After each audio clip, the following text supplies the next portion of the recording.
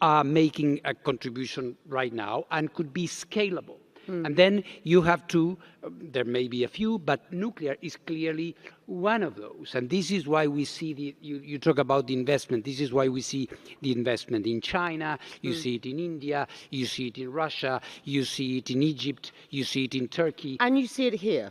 And we have seen it, and we see more. I think the Emirates is an example in this regard. 15 or 16 years ago, this country had zilch nuclear, and this is nuclear technology. It's a very sophisticated technology. And then, in a remarkable period of time, they were able to create the capacity, to create the institutionality that you need, and then to do it hand in hand with the IAEA. And so now you have 25%, a quarter of the power that is powering us now, which is nuclear. And as I understand, in my conversations with the government, they are intending to do more. And we see in this very region also other countries that are very seriously contemplating the possibility.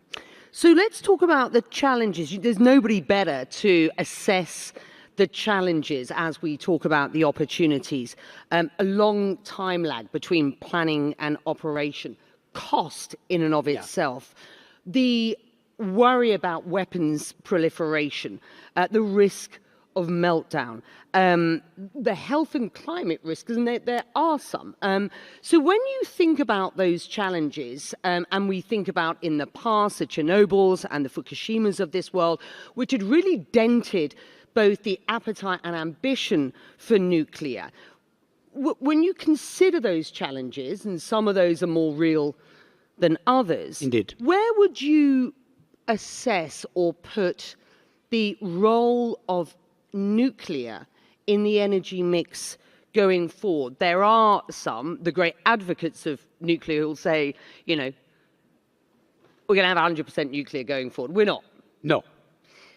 There are others who are much more realistic who will say, let's consider nuclear as a 20%, a portion in the... That is rather closer to the mark. Right. Because nuclear is more of a baseload kind of energy. It's the energy that will give your mix stability and continuity. Basically, you have a nuclear power reactor, you have energy for 100 years, more or less 70, 80 at the current levels that we are having. So nuclear energy does not have an aspiration to be a dominant, but is a stabilizing articulator in an intelligent, integrated energy mix. Let's talk about some of those challenges then. Let me talk about the first two, because I think they're important if we are to see at least perhaps a 20% mix globally going forward.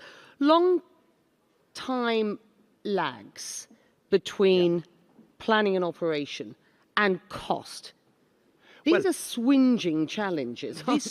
There is a conventional wisdom that a nuclear power plant would take you more than a decade or 2 decades or whatever. Well, look at the Emirates. Was that the case? Look at what's happening in China. What used to happen in the United States and France. So there have been projects that have been off mark in terms of, because of a number of reasons, which are project specific and not technology inherent, which of course took longer than expected. But in general, the average, and let me address another issue. Sometimes people say, people who don't like nuclear or consider that nuclear is not good in terms of climate change, that it's too late for nuclear. Well, let me say that 2050 or 2060 or 2070, whatever arbitrary target that you could put, is not an end station. You have to build networks and mixes that are going to keep our planet well, not simply check a box and say we made it in 2047. So you have to have something which is sustainable and which is going to take us to the next century in a healthy way. And you use the term sustainable. There are climate and health risks associated with nuclear, which we oftentimes don't talk as much about these days. Can you address just how you overcome some of those? Because, we often talk about nuclear as one of the cleanest energies Yeah. in the energy transition. Indeed. So this needs to be addressed. Well, absolutely. Everything needs to be addressed. But again, it's about public discourse and doing what we are doing now. Becky, is explaining and talking to people. When you look at nuclear energy, and rightly so, you analyze the two major accidents that happened, which were basically Chernobyl and Fukushima, which were man-made accidents or accidents that occurred because of mistakes or negligence or whatever.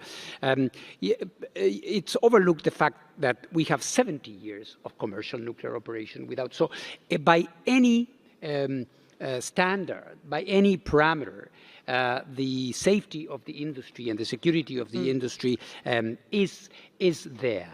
But granted, I think we need to explain. Perhaps the nuclear sector has been opaque, has not been open to dialogue, which would present the case and always and present the arguments. In any case, for us, the IAEA does not have a commercial interest whatsoever in this. So from our perspective, it's about having it in a safe way, in a secure way. And you mentioned in passing an important factor, which is non-proliferation, which is that by using nuclear energy or by having nuclear materials, you are not going to be creating a security or military danger in the future. And that evokes other cases. Well, let's talk about other cases, Yes. because I promised we'd talk a bit about Ukraine, get an update from you on that, your message into Russia. We also should talk about Iran. You were recently reported as saying that Iran is galloping ahead with its uranium enrichment. You say it continues to put up barriers to inspectors, and you suggest Iran is the only non-nuclear weapon state which is enriching uranium at a very, very high level. Are you proposing? Go on. All facts. We do not have political agendas here. If Iran wants to have a nuclear power program, as they have, they can, and rightly so, no problem with that. But they have to have a system of inspections which is commensurate with what they are doing, and they keep not giving the answers and the cooperation that they should be extending to the agency. So the latest report found that Iran was increasing its production of highly enriched uranium. What do we know about the program at present? How concerned are you given the recent increased hostilities in the region? Well, of course, this is an accumulation of complexities. So, because in a region, in the current circumstance, to have a country that it is presenting a face which is not entirely transparent when it comes to its nuclear activities. Of course, this increases dangers. There is loose talk about nuclear weapons, more and more, including in Iran. Recently, a very high official said, in fact, we have everything. It's disassembled. Well, please let me know, what do you have? Because you are an NPT, Non-Proliferation Treaty party, so you're not supposed ever, by your own decision, to have nuclear weapons. We see this in this country. We see this in other countries as well. So I believe that the nuclear factor should be always within the well-established rules that apply to the vast majority of the 30-something countries that use nuclear energy without any problem. Is this talk of nuclear weapons, is it being normalized? Because it is an incredulous narrative. Yes, it's a good point. Appears to be more credulous at this point. That's the danger, Becky. That's the danger, that we normalize, that we get used to hearing these things. And look, let me give you an example. Look what happened in North Korea. Until 2006, we were in the same kind of situation. There were negotiations, 6-party talks, 4-party talks, conference here, conference there. One day, the line was crossed.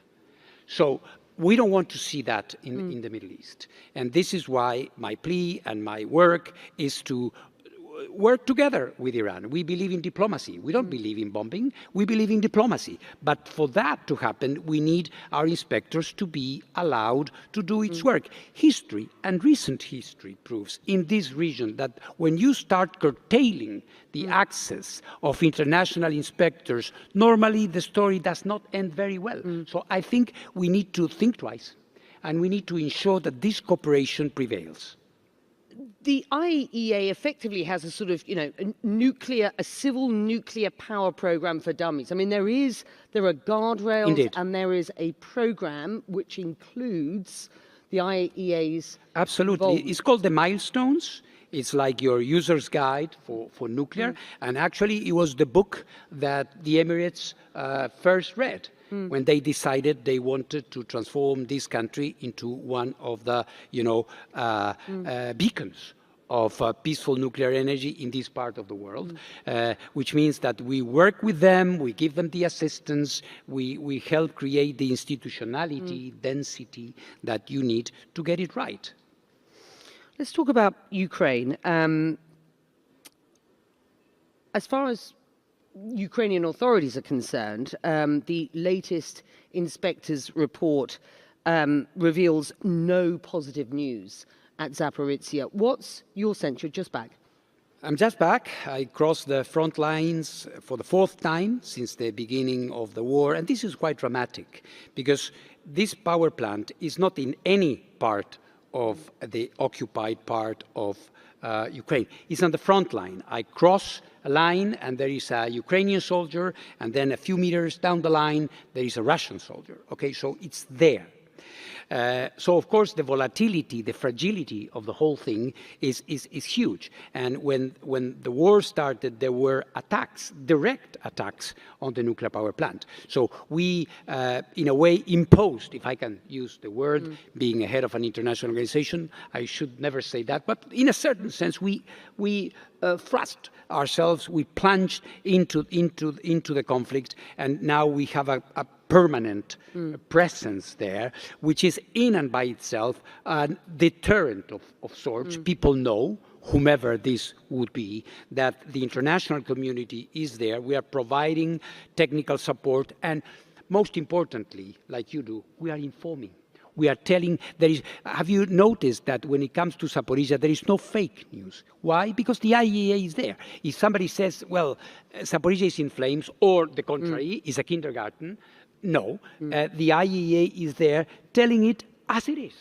What's your assessment in a word? I mean, on a scale of 1 to 10 at this point, you were significantly and very concerned this time last year. Where do you stand on that? You know what the problem is with Zaporizhzhia? You go to Zaporizhzhia on a sunny day and you believe that you are in a nuclear power plant here in Baraka. Everything is apparently calm. But then the next hour you can have a drone coming and attacking. So it is the uncertainty and the terrible fragility of war. I can be 0, I can be 10 within minutes. You're on your way at some point to Russia. What Yes. will your message be there? My message is cooperate with the IAEA. Remember that it's only working with us, avoiding a nuclear accident, that we will all benefit, because no one, whichever side of the conflict you are sitting, will benefit from a nuclear accident. And this is why I'm going to Russia. I will speak to President Putin, as I did last year. And this dialogue should continue. At the end of the day, it's about dialogue. And I want to finish this on a positive note. The IAEA is an organization that's been around for, some 70 years. Yes. As we started this conversation about powering the future and discussed pathways to sustainable global change, which very definitely at this point includes the nuclear file. What's your message to this audience? The message is that we are, in spite of all the challenges that we have discussed just now, I think nuclear is part of the mitigation of the real problem. And let me mention something we did not touch upon. Nuclear is also, and we are doing that, is about nuclear medicine, fighting cancer, radiotherapy in Africa, atoms for food, protecting, creating drought-resisting crops, managing water. So we hope to be, as I said, a force for good. Rafael Grossi, thank you very much indeed. Thank you very much. Thank you, Your Excellency, for this session.